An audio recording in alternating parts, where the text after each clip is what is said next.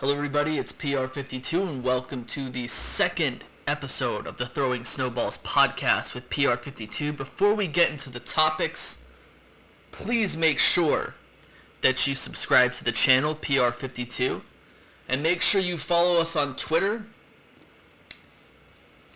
And the Twitter handle is PR5210 because I guess that I am the 10th PR52 Twitter account. I didn't really get a chance to pick it, but hey, I actually like the number 10. 10 is the number that I would wear in soccer and baseball, and I also have an Eagles jersey with the number 10 on it with my name in the back, with my last name in the back. So follow us at PR5210 on Twitter if you'd like more updates, because I will be posting the podcast on there, and then I will be posting short segments of the podcast on the Two Birds and a Third football podcast Twitter page. That's Two Birds and Third, just for, plug reasons. Now, the topics that I'm going to discuss today are not really the topics that I expected to talk about. Some of them I did, but most of these topics I didn't expect to talk about. But the first topic that I'm going to talk about is on Saturday. Jim Schwartz, the Eagles defensive coordinator, basically there was a report about him where he said that he was planning on stepping down from the Philadelphia Eagles as the defensive coordinator. And when I heard this news, this is exactly how I felt. Hallelujah, hallelujah, hallelujah, hallelujah, hallelujah,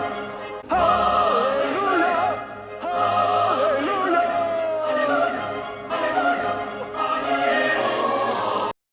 Everyone remembers the movie Face Off, where Nicolas Cage plays Castor Troy, and the whole, the whole choir, the Hallelujah choir, and he comes in dressed up like a Catholic priest, and he's just like, oh, that's basically what I was like.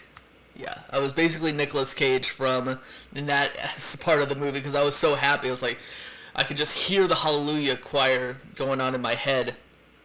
Now, let me just say that, when it came to Sunday's game, Week 17 game, Jim Schwartz, he coached the best game that he had coached all season long.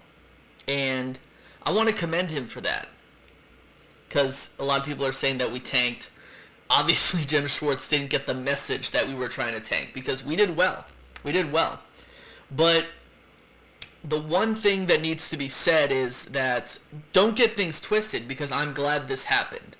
There's a reason why Jim Schwartz wasn't successful in 2019 and 2020. It's because he did not care about the defensive backs. Like I said again, we had defensive backs go to other teams, and they played better than Darius Slay, who's supposed to be our best defensive back. Now, Darius Slay played well in this game,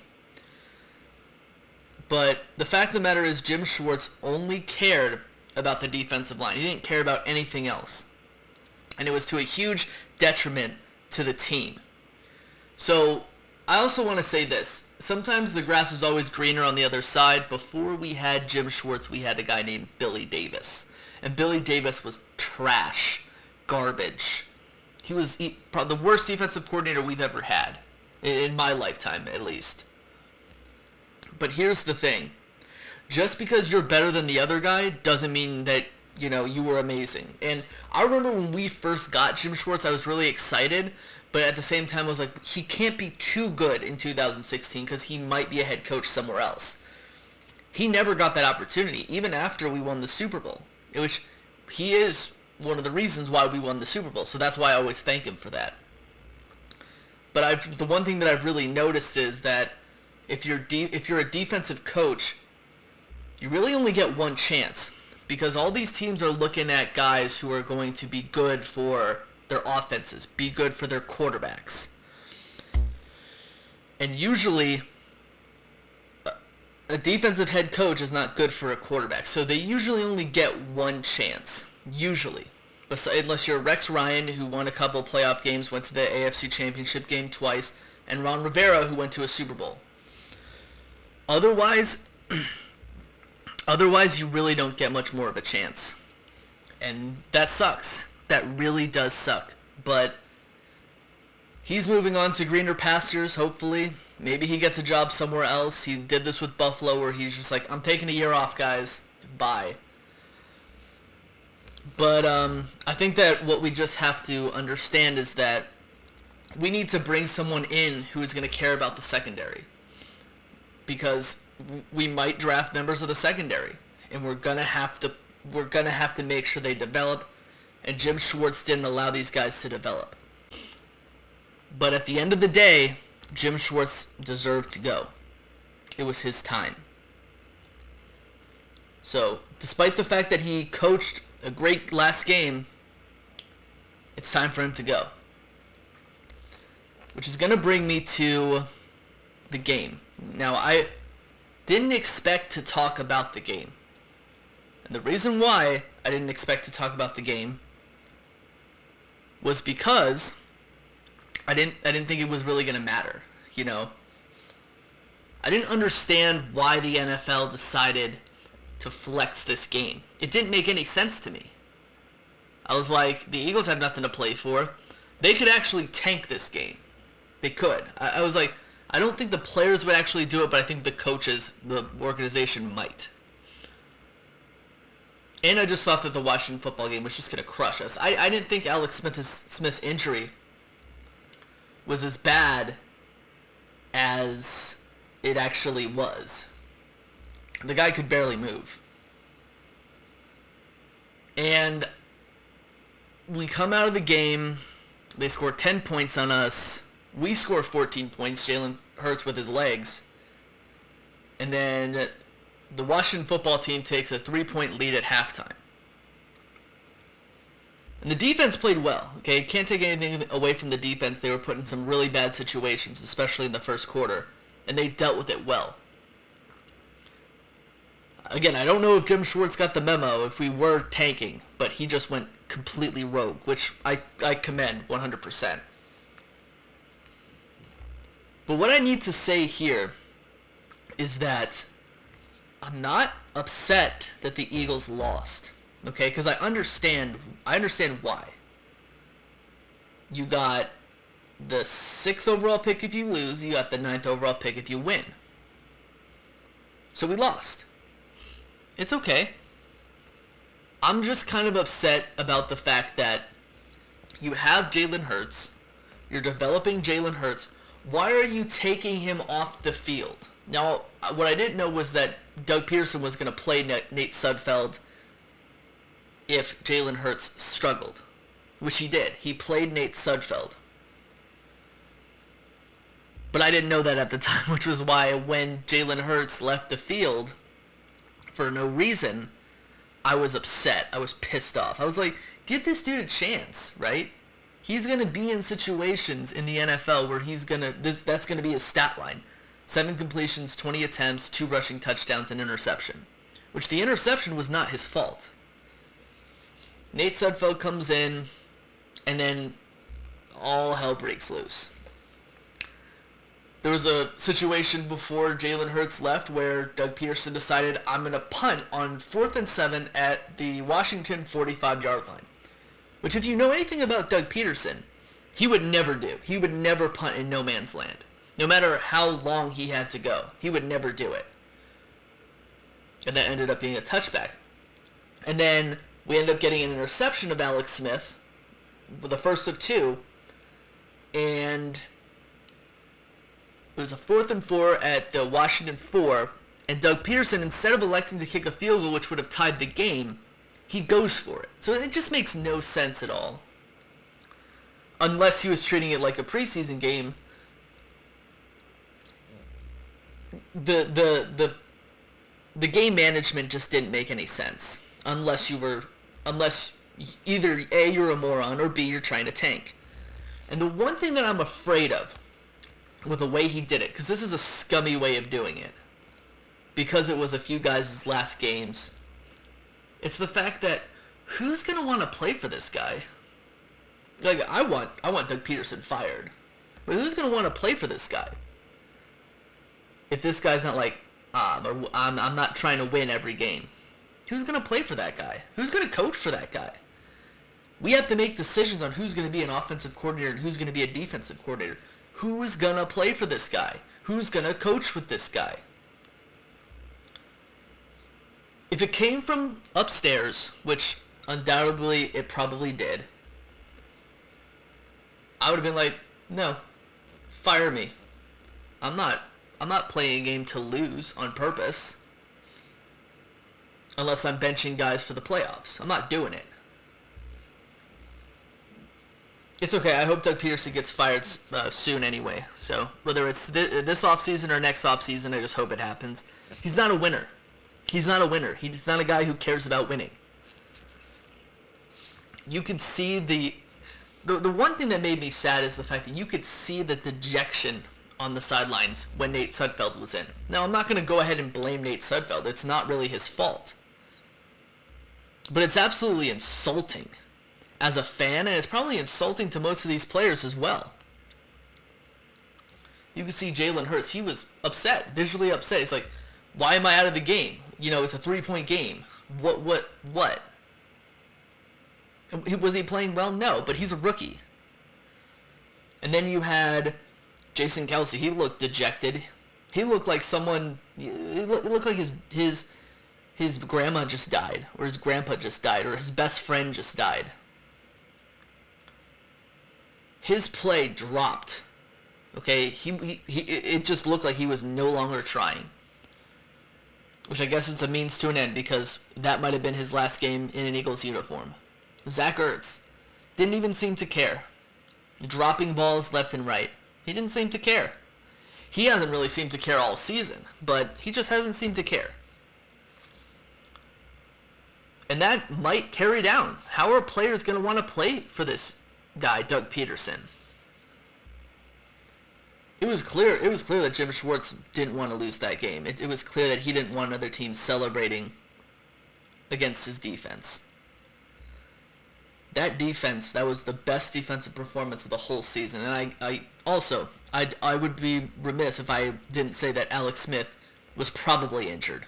He probably shouldn't have been in that game. There was a play at the very end of the game where Alex Smith botched the snap. It was an under the center snap. And we could have recovered it if Rudy Ford decided to dive on the ball. But I think Rudy Ford thought in his head, the only way we're winning this game is if we do it on defense. I need to scoop this ball up and score. And he missed. It was just frustrating as a fan to see, because I just felt insulted. I feel like a lot of these players felt insulted. But the reason why Doug did it was because his job wasn't in jeopardy. He was coming back. Let's be honest here. But it didn't make... I never want to lose a game. I understand why we lost. I get it. You wanted the higher draft pick. And I didn't mind losing. We lost all season. We lost 11 and a half games this season. But I don't like the fact of the way that we did it. It was scummy to me. But the thing is, I wasn't the only person who was upset about this. There was one team out there that had this in the balance, that had this game in the balance, that needed the Eagles to win, who were the Eagles' biggest cheerleaders in the whole game. And that was New York Giants fans. Of course, because the Giants had a tiebreaker over the Washington football team because they swept them. And they had beaten Dallas. They had taken care of business, which they almost lost that game. They took care of their business. They needed the Eagles to win. If the Eagles won, the Giants were in. If the Eagles lost or tied, then Washington football team was in. And The smiles on their faces must have been really big when Jalen Hurts ran in that second touchdown. They were willing to go out and buy Jalen Hurts jerseys. Or was it, the sideline reporter had talked to one of the players on the team of the Giants, and he was like, yeah, I'm going to buy a Jalen Hurts jersey if they win. Or something like that. First of all, no, you weren't. No, you weren't. But we were winning. And then, with 12 minutes left, when we took Hurts out and put in Nate Sudfeld, you could see... Now, I don't really tweet in real time, but I went on Twitter, and there was a giant meltdown of Giants fans. And, I'm pretty cool with most Giants fans. Bad Dog, Christy Entertainer, pretty cool with Cop Pizzle, Eric PABC, Isaiah from Twitter, Meet the Mets, a couple of other Giants fans who I am cool with. I'm not really talking about those people when I'm talking about Giants fans on Twitter. They lost their proverbial craps. They were like, damn it. But it was way worse than that. It was like an explosion. There were Giants fans who were threatening the life of Doug Peterson. And it was amazing. Because I was like, hey, now you get to see the BS we've had to go through the last 2 years. You didn't think it existed, but it was there. Hey. And at the end of the game, they started blaming the Eagles for why they didn't make the playoffs, for why they weren't able to make it in the playoffs despite being a 6-10 team. They started blaming the Eagles, Doug Peterson, Nate Sudfeld. They started blaming Vince Papale probably, Donovan McNabb, Carson Wentz. Let me just tell you something. There is one person, there is one figure that is responsible for you guys not going to the playoffs. And it was you. It was you. You went 6-10, which 6-10 in most divisions is last place, or close to last place. You were lucky that you had a chance to sniff the playoffs, but you just weren't good enough. Just weren't good enough. I think the Giants had one of the worst points for total in the NFL. In the month of December, I think you guys only scored 3 touchdowns. That's not good enough. You guys had one of the worst offenses in the NFL. Now, I'm not saying that you were going to keep having the worst offense. I'm not saying that you guys were going to lose to Tampa or get killed by Tampa. But you guys just weren't good enough. You lost. That's all that needs to be said. Giants fans were really acting as though the Eagles owed them something. Like we had made like a back alley deal, we shook hands, and the Eagles just broke that agreement. We don't owe you anything. I'm pretty sure that we hate you guys. I'm pretty sure you guys hate us. And I think that they're upset because they had to root for us. For the first time in their lives, most of them, they had to root for us. At the end of the day, you just weren't good enough. I know the Eagles sucked, okay? The Eagles were terrible this year. Terrible. But we weren't going into the playoffs. We weren't on the cusp of going to the playoffs. We were eliminated the previous week. My suggestion to the Giants next year is to win more games. To win more games, and don't depend on crappy teams with ulterior motives to get you into the playoffs. Do not depend on bad teams to get you into the playoffs, because more than likely they're not going to. And again, I get it. It was scummy. You had Giants fans being like, we're going to completely dust and blow out and run the score up on the Eagles next season. Do it. Do it. I would like nothing more than to see Doug Peterson get fired. Do it. Doesn't hurt my feelings. Do it. You had this one dude who looked like a goofy little nerd, which I am a nerd and I'm goofy. But he was like, "We're gonna roll up on these Eagles fans at MetLife." What? You and the Revenge of the Nerds? No, no, no. I've never been in a fight in my life, but I could probably pulverize this guy. I'm not gonna fight anybody. Don't worry, I wouldn't fight anybody. Violence is never the answer. That's the message of this. Giants fans were basically going out of their way to say that they would never tank. They would never do it. It would never happen.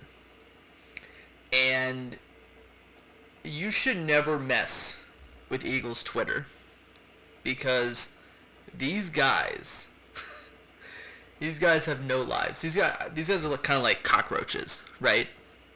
They will ruin everything for you. What ended up happening was Eagles fans on Twitter, Eagles Twitter, started digging up people's old tweets of them saying, "We need to tank for Tua," or "We need to tank for Trevor Lawrence," or we need to tank for Chase Young."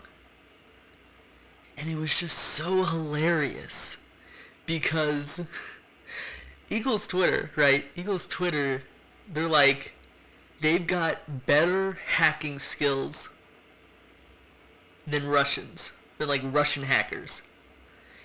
Any skeleton that's in your closet, any N-word you've ever said, will get exposed. This is the funniest part of this whole situation. Because you now have Giants fans who are bitter because their Twitter timelines got raided. It's hilarious. Never mess with Eagles Twitter. You will always lose. You will never win. You'll never win. Never. And you have Giants fans who were going out and blaming the Eagles for why they didn't go to the playoffs. But then there was a certain point in time where Giants fans turned from, blaming the Eagles for why they didn't get into the playoffs. And it was them in the national media who were like, Doug Peterson destroyed the sanctity and the integrity of the game. I'm thinking to myself, the integrity of the game? Really? This is the hill you're going to die on? You had Sal Palantonio, who was on the Dan Patrick show, and he was like, "We really need to investigate the Philadelphia Eagles here. Roger Goodell really needs to make an investigation here." Sal Palantonio. Yeah. You can investigate these nuts. No one's going to investigate anything. Because what happened wasn't against the rules. Now, I believe it should be against the rules, but it's not. It's the NFL's fault for flexing this game. They could have flexed like 2 or 3 other games. But instead they decided to flex this game. And now they have egg all over their face. It's not our fault that they have egg all over their face. It is their fault specifically. It's their fault. Don't be mad at us for doing something that was completely on basis of the rules. Now, was it ethical? No. But who really cares about integrity? We're talking about integrity. You had Eli Manning. He was like, "This is why nobody likes the Eagles." Fletcher Cox went right into his retirement home and was like, "Yeah, bro, nobody likes you either." Which nobody really likes Eli Manning. He's, again, as a goofy person, he's derpy looking. He's goofy looking. The only reason why people like Eli Manning is if you're a Giants fan or if you hate the New England Patriots. Really, that's the only reason why you would like Eli Manning. Super Bowls and all, congratulations, but go away. You had Golden Tate, who's like, integrity? We're talking about integrity here. This took away from the integrity of the game. Golden Tate should be the last person on this planet who talks about integrity. Golden Tate took performance enhancers, got 4-game suspension. What part of integrity was that? Golden Tate had sexual relations with a former quarterback's wife at the time. You banged this dude's wife, and you knew that she was his wife. So you don't care about integrity. The fact of the matter is, then Joe Judge, the head coach, the fake tough guy head coach of the Giants, comes out, and he's like, yeah, we didn't win enough games, but I would never do this. This takes away from the integrity of the game. Cool. Besides that one reporter, nobody cares. And the only reason why people are making this a huge thing is because the Giants missed the playoffs, and this was a primetime game. Nobody should care about this. This really is a non-story. And while I do kind of understand where he's coming from, because players aren't going to want to play for coaches that are just going to lay down. They're not going to. Even though this was the plan the whole time. And even though it was a scummy way to do things. Let's talk about this, Joe Judge. The team that hired you to be their head coach, they had a kicker named Josh Brown, who he, at a Pro Bowl, beat his wife. And John Mara and Steve Tisch, while Eli Manning was going on this, don't beat women, don't do domestic violence, guys, it's not right. They looked at Josh Brown and were like, oh no, we don't care. They're like, awkward. Now go back to beating her up. They didn't do anything about it. They didn't do anything until it was leaked. And they suspended him for 1 game. The NFL had to ban this dude. What? Oh, and Joe Judge, you were the special teams coordinator for the Patriots when they tried to cheat against the lowly Cincinnati Bengals. No. I'm not buying this whole integrity charade. You don't care about integrity. You don't care. You just plain and simply don't care. And I get it. He wasn't one of the ones being like, oh, the Eagles costed us the playoffs. He came out clear. He said if we won more games, we would have gone to the playoffs. But you don't care about integrity either. When did the NFL start caring about integrity? It is literally a sport where the whole point of the game is to rip somebody's head off, basically. It's to tackle people and hit people.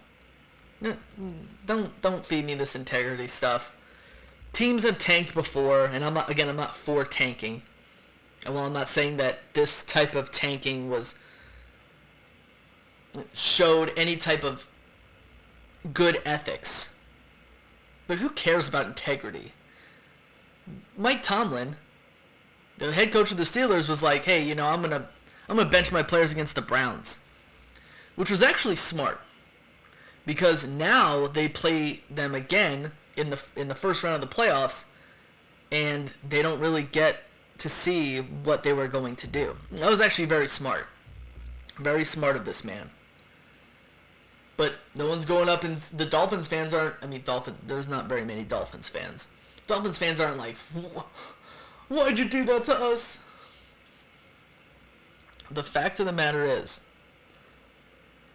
that if you were to say that, oh, it's okay that Mike Tomlin did that, because again, he was trying to arrest his players, you also have to say that what Doug Peterson did was okay too. Because he had rested about 10 players. Carson Wentz was a healthy scratch.